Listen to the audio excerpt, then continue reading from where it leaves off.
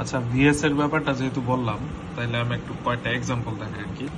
এটা হলো 1 আওয়ারের চার্ট, ঠিক আছে?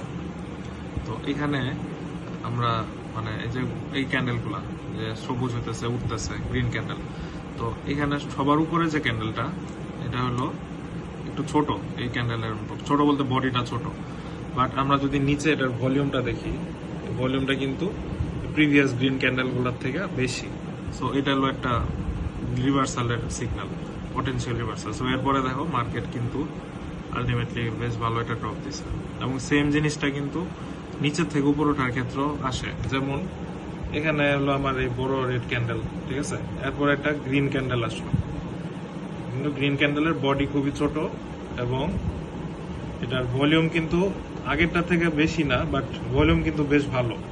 ইভেন প্রিভিয়াস যে রেড ক্যান্ডেলগুলো ছিল এগুলো থেকেও বেশি। তো এইগুলো আর কি যে পটেনশিয়াল রিভার্সাল, এরপরে দেখো এরপরে ক্যান্ডেলগুলো সব আপ গেছে, এবং সেম জিনিস আবার মানে কন্টিনিউশন হয় কিভাবে, এই যে এটার থেকে এটার বডি ছোট কিন্তু এটার ভলিউম আবার আগেরটা সমান, ঠিক আছে? সো এটাও একটা রিভার্সালের ইয়া হতে পারে।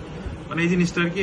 যেমন আরেকটা আছে এখানে, এই যে সবুজ ক্যান্ডেল, খুবই ছোট বডির একটা রেড ক্যান্ডেল, কিন্তু এটার ভলিউম বেশি।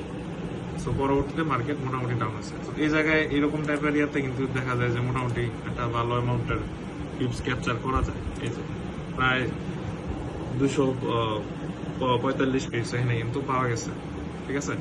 সো এগুলা একটু খেয়াল রাখলে, এই বিশেষ করে বড় টাইম ফ্রেমে, হ্যাঁ বড় টাইম ফ্রেমে এগুলা কিন্তু খুব ভালো অ্যাকুরেটলি কাজে দেয়। আর আমি অনেক কিছুই আমরা বলি, বাট আমরা অনেক সময় দেখা যায় যে খেয়াল করি না, এবং খুব ভালো ভালো এন্ট্রিগুলো আমাদের মিস হয়ে যায় এটার কারণে।